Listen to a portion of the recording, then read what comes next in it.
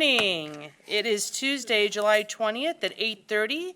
It is my pleasure to welcome fellow commissioners, staff, guests to the Finance and Physical Resources Committee meeting in person on July 20th. With that, we will start with public comment. Is there any public that would like to address the Finance and Physical Resources Committee this morning? Okay, seeing none, we will close public comment and we will go to the consent agenda. Is there a motion to approve the consent agenda? Moved by Brevi. Support by Womack. We have moved and supported every which way, and that's fabulous. Did you guys get that? All involved. Perfect. Support by Womack. Womack, it definitely happened. Yep. Got it? Super. All right. Any questions or comments on the consent agenda? All right, seeing none, can we please take, do we need roll for the consent agenda? No, you don't. No. not Sorry, yet. I'm so used to the Zoom approach. So, all those in favor, please say aye. Aye. Opposed, same sign. The consent agenda passes. That brings us to item 3 from the Drain Commissioner. Wayman, would you please cover the action request? Sure will. This is a recommendation to the Board of Commissioners to authorize an advance up to $1.5 million from the general fund to the Drain Commission revolving fund for multiple drains across the county and approve long-term financing for notes exceeding a 2-year payback period, amounts not exceeding $1 million. The County Drain Commissioner has historically financed short-term maintenance and/or improvement projects from the county drain revolving fund. Costs incurred for a particular drain are thereafter assessed against the benefiting property with such special assessments included in a subsequent property tax billing. Interim cash financing has been provided by working capital advance of $514,000 from the general fund of the county, which was previously approved by the Board of Commissioners. The Drain Commissioner has recently undertaken additional work on multiple drains across the county, requiring an increase in the capital advance in the revolving fund from the general fund to finance these improvements. Previously, for projects exceeding a 2-year payback period and for amounts not exceeding $1 million, the Drain Commissioner has solicited quotations from interested financial institutions and others to finance the cash flow requirements pending receipt of special assessment installments. Going forward, the general operating fund will advance funds utilizing short-term notes to finance these projects on a case-by-case basis. Projects financed by the general fund will charge interest at current market interest rates at the time of closing. Savings achieved by this internal financing will be passed along to property owners in the form of reduced special assessments. For special assessments exceeding $1 million, it is recommended to continue to issue bonds or other bank financing options to finance those improvements. Thank you. Is there a motion to approve? So moved. Support. Okay, moved and supported, and we'll take questions, comments, and discussion.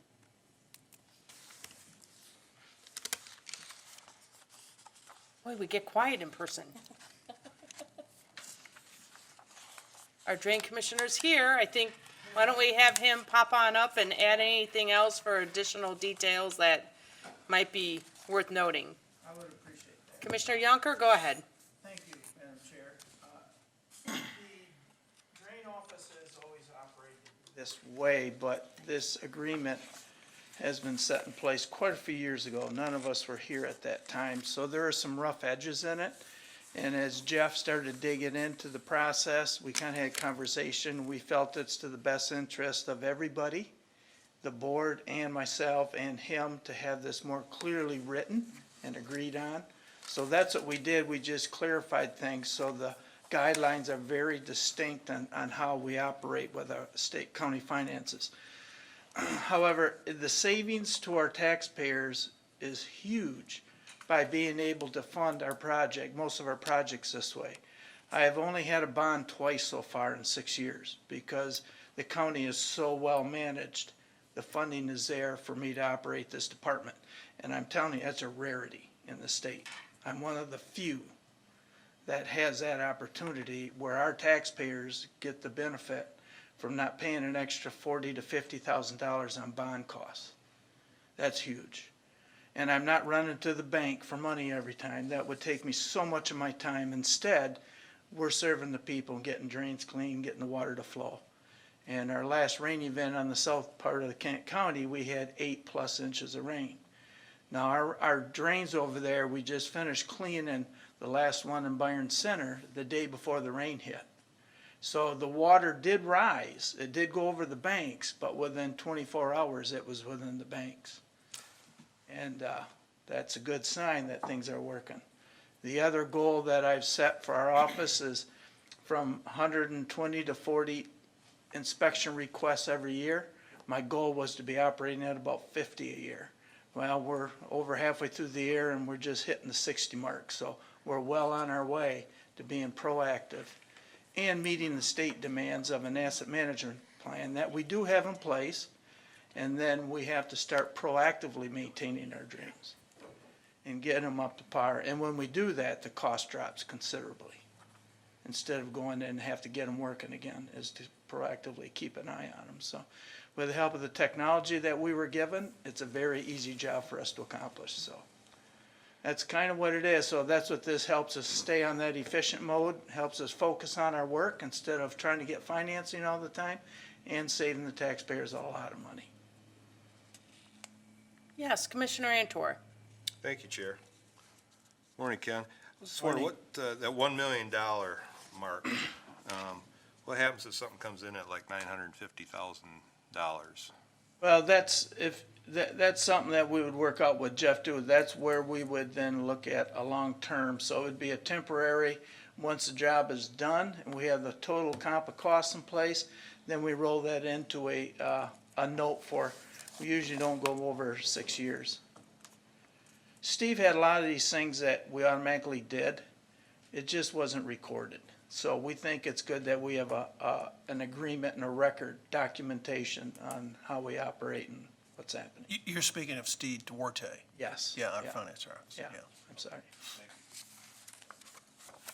Hey, anyone else? All right, thank you, Ken. Yep. All right, all those in favor of passing agenda item number 3, please say aye. Aye. Opposed, same sign. Motion passes. That brings us to item number 4 from the Administrator's Office. Wayman? Yes, this is a request to approve the 2022 CIP transfer totaling .3 mils of $7.9 million to be included in the county's 2022 budget resolution. During this past July and June, the CIP requests were reviewed and recommendation was prepared by staff committee, including representation from Facilities Management, Information Technology, Sheriff's Office, and Fiscal Services. During the July 13 CIP work session, the consensus of the board was to pause decision-making on the specific projects to include in the 2022 CIP.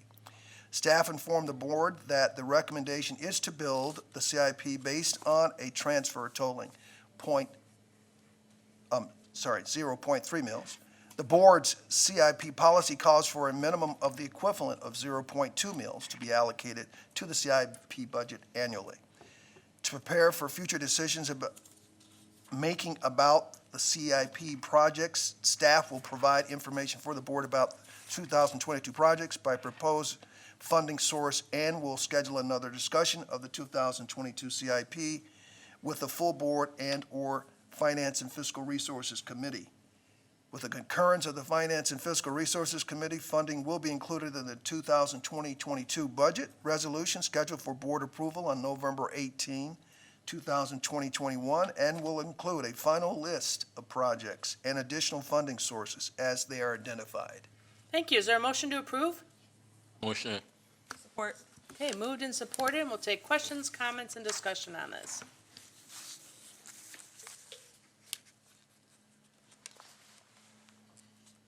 Okay, seeing, you guys are so quiet in person.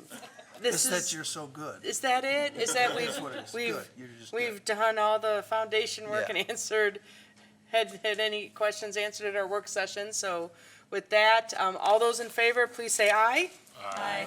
Opposed, same sign. That motion passes. We will go to item number 5 from the Health Department. Wayman? Yes, this is a request and a recommendation to the Board of Commissioners to approve the Kent County Health Department's grant agreement with the Michigan Department of Environmental, Great Lakes and Energy, EGLE, accept and appropriate $5,150 to the 2020-21 Health Fund budget, and to authorize Board Chair or designee to execute the grant agreement, approve extensions, amendments, and agreements to the grant appropriation not to exceed 15% of the original award. The Kent County Health Department received funding from EGLE to conduct water monitoring activities at 5 heavily utilized inland lakes.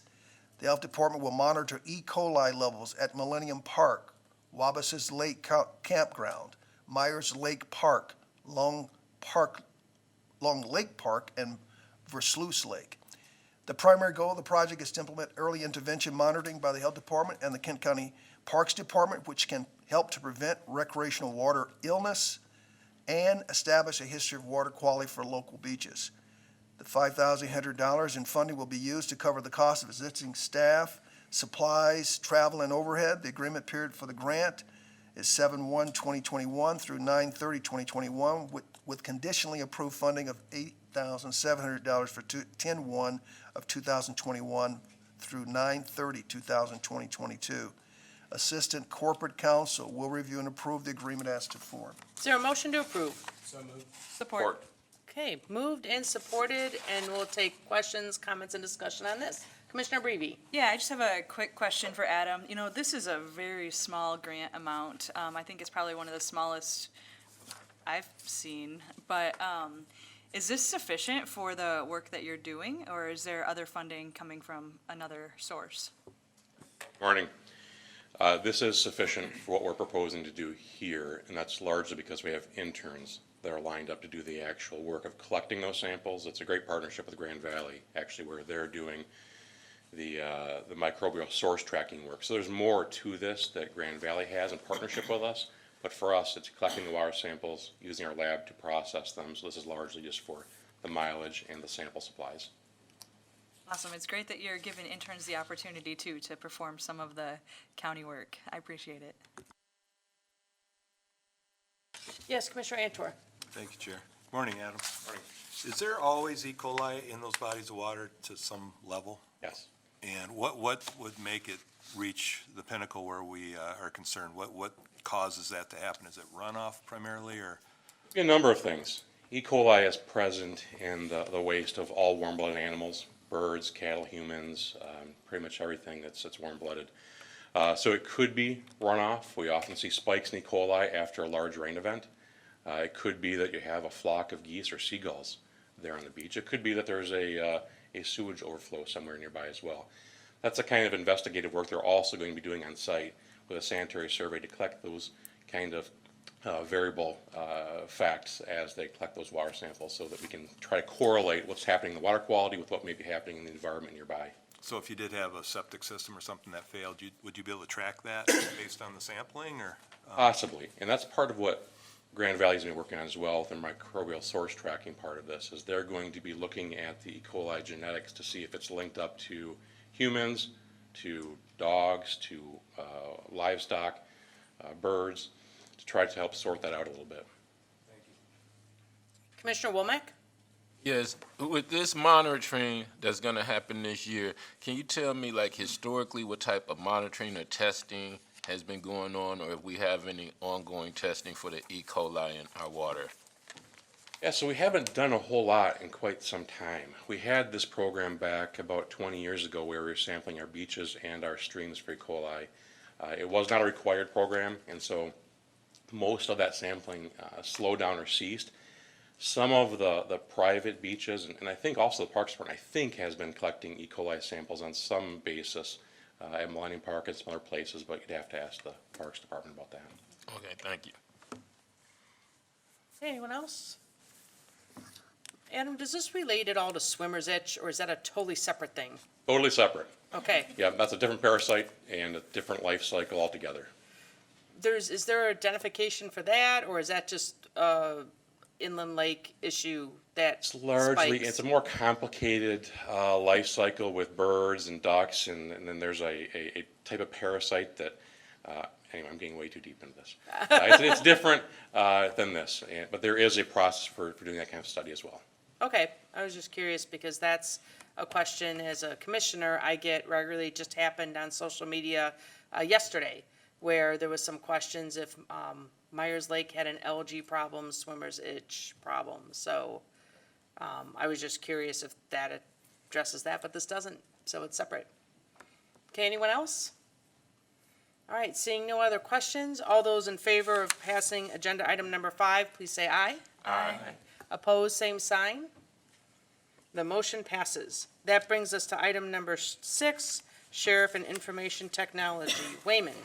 Yes, this is a recommendation to the Board of Commissioners to approve the CIP projects for the correctional facility and one CIP project for information technology, and to appropriate $5.4 million to the 2020-21 CIP fund budget from the Sheriff's 2020-21 General Fund budget.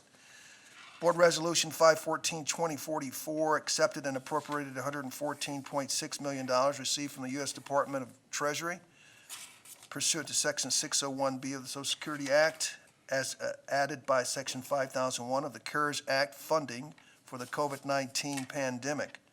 Public safety payroll is presumed as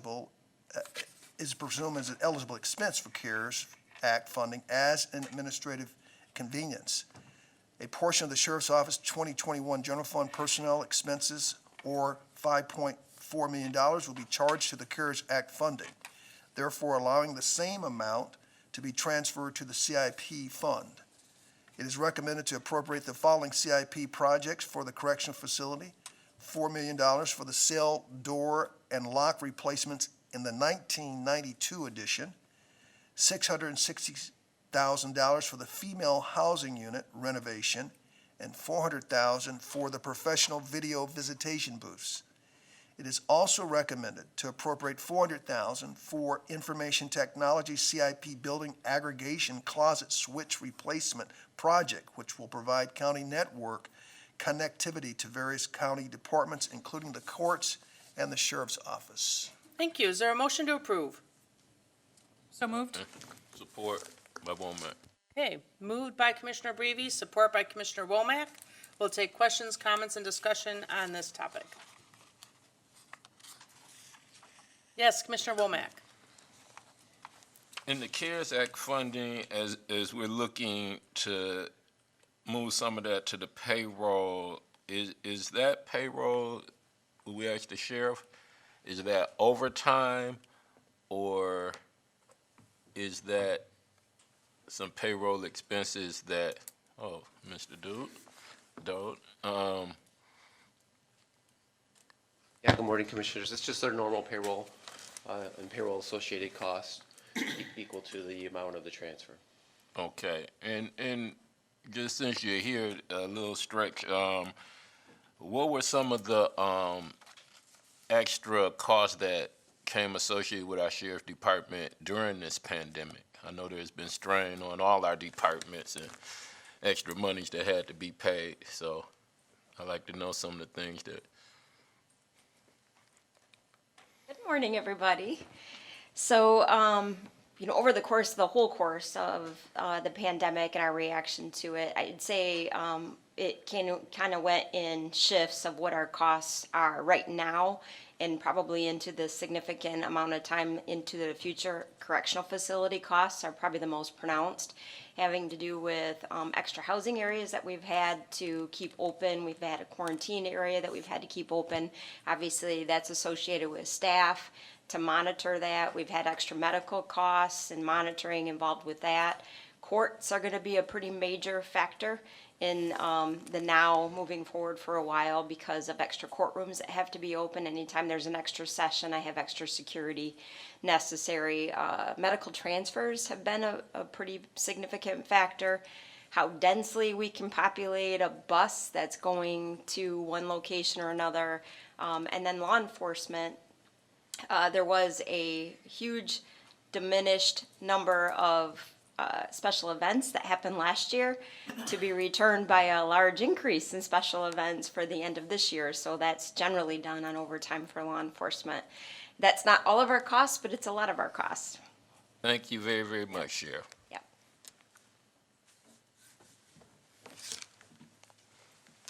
Okay, not seeing any others.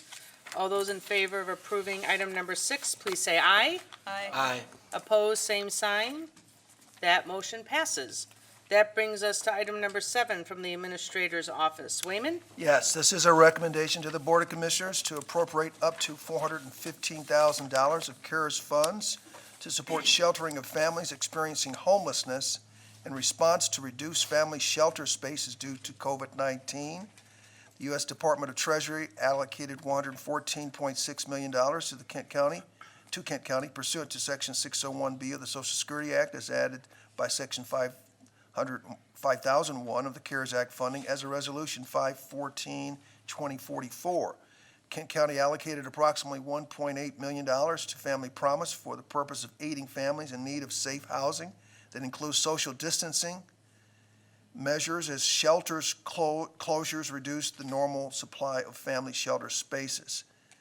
You see a chart beneath here that outlines those expenses and the grant agreements and so forth that were included. Family Promise is requesting up to additional $415,000 of CARES fund for the direct impact of COVID-19 on family sheltering beginning February 2021 and to the end of September 2021. There a motion to approve? Support. Okay, moved and supported, and we'll take questions, comments, and discussion. Commissioner Wooden? Thank you, Madam Chair. Just wanted to express my gratitude that we are considering this request right now.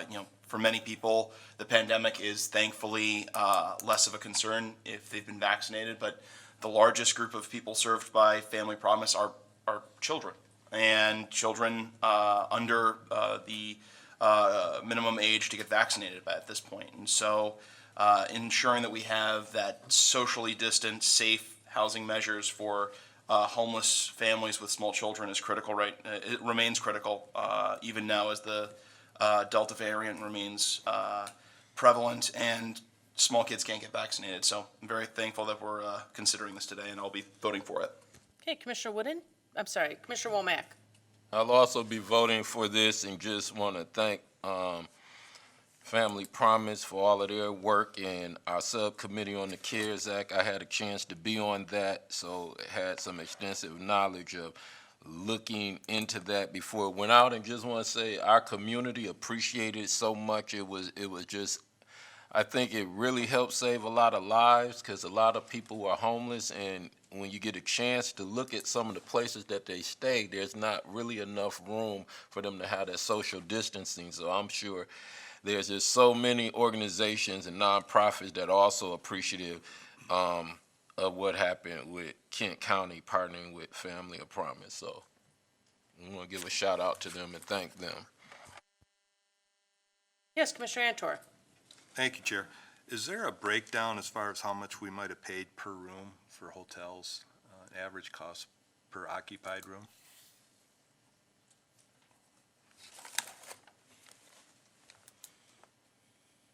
Cheryl Shook from Family Promises here, if you'd like her to answer a specific question of that type. Sure. Thank you. Good morning, everyone. Thank you so much for the incredible partnership up until now. We have had over 600 children that we've supported with the county dollars since March of 2020. So there's a lot of little kiddos going through our shelter right now. The hotel costs, we have had an incredible partner with Grand River Hospitality. Matt, who's one of the co-owners, has a passion for families. He has some great experience personally. And so he has committed many of his facilities at very reduced cost. During the pandemic, we had under $60 a night that he was giving us. It was basically their cost to help maintain, including COVID cleaning and everything. That cost has raised a little bit as some of their facilities have opened. They've tried to keep it at cost for us, but the cost for workers and some other things have risen. So now we're right about $75 raw cost a night. There's a couple other things that we add in there for the families, some cost for laundry facilities for them, and some other additional costs. We had to install additional Wi-Fi at the location so the kids could do school. We had to have more bandwidths and things like that. But yeah, they've been an incredible partner, very cost effective for hotels especially. Did they offer you like a block of rooms? And then do you pay for that entire block and then hope to fill them, or did you just fill as? No, they've been really generous in allowing us to just pay for what we use. So there are no rooms ever paid for that aren't occupied. That's all billed as a reimbursement to the county, so we only pay for a room if somebody actually stayed there. And they do try to set us into certain spaces that have kitchenettes and other things for the families to, so they prioritize those rooms for us, but they don't set aside blocks that we have to pay for. Okay, thank you very much. You're welcome. Well, before you leave, so this ends September of 2021. Do you have another plan, a separate set of funding? What happens after that? It's a great question. Yeah, and the county funds are only paying for a portion of the rooms right now. We have other funds. These are primarily paying for the high-risk health households, the COVID risk households. So we do have other partners who are helping to pay for rooms. We're hoping and planning right now that by October 1st, all of our traditional congregant spaces in congregations and also at Mel Trotter are going to be open again. That requires moving some of the singles around, so the shelters have been working really closely with each other to look at where men are going to go, women are going to go, families, et cetera. But we know that the amount of shelter needed it's much higher than our traditional capacity. So we've been working with some other funding partners and putting some funds in place to have overflow hotel shelter space available after October 1, but in a really reduced capacity, probably 10 to 15 rooms at any given time available. Okay. Anyone else? Commissioner Antor? Thank you, Chair. Do you know where we're at on the FEMA contract regarding this funding? Are they paid in full? Jeff Dote could probably answer that. I think Jeff has a read on that. I was hoping you could call FEMA and get them to pay us this money. They still have not actually finalized this agreement. I think we submitted $1,519,000 way back in September. They still have not made a final decision on it, so. Is it a non-decision or non-compliance? Non-decision, they're still pending review. Okay. It's backed up. They're backed up, yeah. With all the vaccination sites, they put those to the forefront. So our first DeVos Place vaccination site has been approved, the first 3 months of that. So they did move those out, so these are still pending. If that was for some reason not to come through the FEMA piece, which is $600,000, I mean, are they contracted or are they under any type of obligation to provide that, or is that still their decision? Still their decision. Okay, so we would have to pay out of our general fund to, Right now, we're paying these out of the CARES dollars, so we'll reimburse the CARES dollars if we get FEMA reimbursed, so. Otherwise, they'll stay in the CARES funding buckets. what would FEMA's, I'm wondering why, if they know we're gonna take care of it, you know, what's gonna inspire them to, It should be an eligible expense. We submitted, the application and all the receipts. I really do just think it's a capacity issue on their end. There's yeah, no no, reason I they- know, it's just, There's no reason they shouldn't approve it. It meets all the criteria, so. okay, thank you very much. Okay, anything else? All right, seeing no other questions, all those in favor, please say aye. Aye. Opposed, same sign. The motion passes. That brings us to item number 8, Commissioner Miscellaneous this morning. Do you have any Commissioner Miscellaneous? Oh, how do you do this if there's not any miscellaneous? I guess I go on to the next one, which is adjournment. Our next meeting is Tuesday, August 17th, here at 8:30 a.m. Yes. This is Wayman's final meeting, too. Yeah, this is Wayman's final meeting. And I'll be cheering you on and wishing you much success in your next meeting. Thanks. We're adjourned.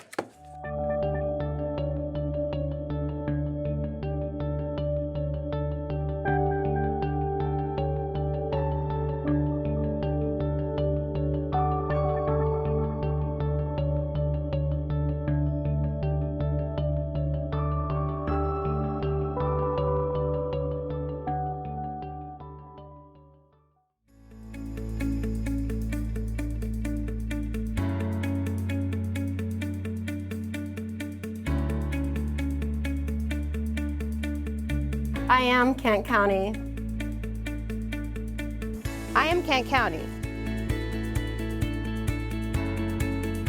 I am Kent County. We are Kent County. are Kent County. We are Kent County. We are Kent County. We are Kent County.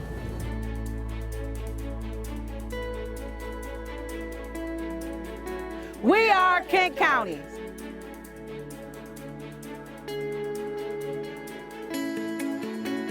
We are Kent County.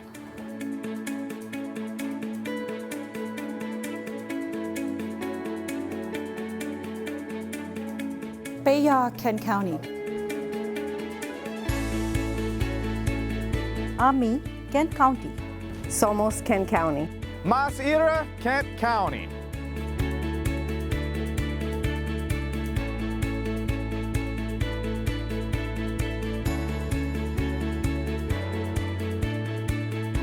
We are Kent County. We are Kent County. We are Kent County. Oh, yeah.